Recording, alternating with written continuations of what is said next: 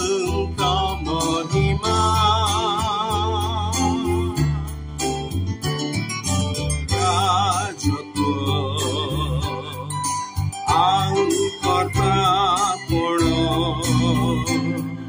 ସଦା ତାଙ୍କ କର ତାଙ୍କ ଆରାଧନା।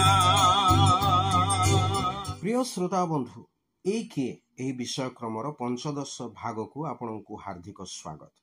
ମାଥ୍ୟୁ ଲିଖିତ ସୁସମାଚାର 8 ଅଧ୍ୟାୟର 16 ପଦରେ ଆମମାନେ ଏପରି ପାଠ କରୁ, ସନ୍ଧ୍ୟା ହୁଅନ୍ତେ ଲୋକମାନେ ଅନେକ ଭୂତଗ୍ରସ୍ତ ଲୋକଙ୍କୁ ତାହାଙ୍କ ନିକଟକୁ ଆଣିଲେ। ସେଥିରେ ସେ କଥା ମାତ୍ରକେ ଭୂତ ଗୁଡ଼ାକୁ ଛଡ଼ାଇଲେ ଏବଂ ସମସ୍ତ ପୀଡ଼ିତ ଲୋକଙ୍କୁ ସୁସ୍ଥ କଲେ। ଏହି ପଦ ମାଥ୍ୟୁ ସୁସମାଚାର 8 ଅଧ୍ୟାୟର ଏକ ଅଂଶ, ଯେଉଁଠାରେ ରୋଗ ଆରୋଗ୍ୟ କରିବା ନିମନ୍ତେ ପ୍ରଭୁ ଯୀଶୁଙ୍କ ସାମର୍ଥ୍ୟ ବିଷୟ ଆମମାନେ ଦେଖିପାରୁ।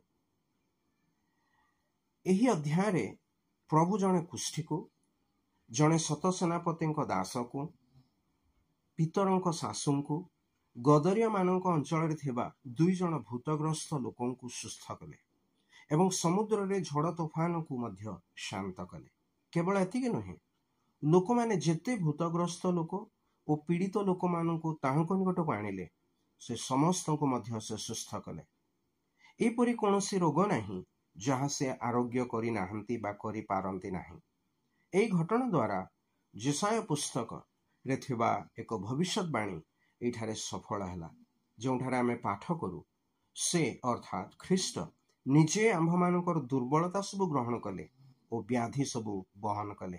ପ୍ରିୟ ଶ୍ରୋତା, ପ୍ରଭୁ ଶ୍ରୀଖ୍ରୀଷ୍ଟ ମନୁଷ୍ୟର ଶାରୀରିକ, ମାନସିକ, ଆବେଗାତ୍ମକ ଦୁଃଖର ଭାର ଆପେ ବହନ କଲେ। ମଧ୍ୟ ମନୁଷ୍ୟର ପାପ ବଦଳରେ ଆପେ ଦୁଃଖ ଭୋଗ କରି କ୍ରୁଶରେ ପ୍ରାଣ ଦେଲେ। ଯଦି ଖ୍ରୀଷ୍ଟ ଆମର ରୋଗ ବ୍ୟାଧି ଗ୍ରହଣ କଲେ, ଆମେ କାହିଁକି ସ୍ୱାସ୍ଥ୍ୟ ଲାଭ କରିବା ନାହିଁ? ଆପଣ କି ଆତ୍ମିକ ରୋଗ ରକ୍ଷା ପାଇବାକୁ ଚାହାନ୍ତି?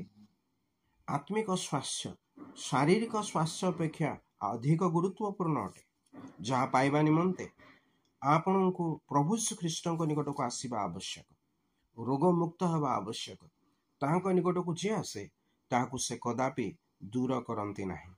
ତାହାଙ୍କଠାରେ ବିଶ୍ୱାସକାରୀ କଦାପି ଲଜ୍ଜିତ ହେବେ ନାହିଁ। ତେବେ ଆସନ୍ତୁ ପ୍ରିୟ ବନ୍ଧୁ, ସେହି ରୋଗ ଆରୋଗ୍ୟକାରୀ ପ୍ରଭୁ ଶ୍ରୀଖ୍ରୀଷ୍ଟଙ୍କ ନିକଟକୁ ତାହାଙ୍କଠାରେ ବିଶ୍ୱାସ କରନ୍ତୁ। ପୁଣି ତାହାଙ୍କୁ ଆହୁରି ଅଧିକ ଜ୍ଞାତ ହୁଅନ୍ତୁ ଯେ ଏଇ କିଏ।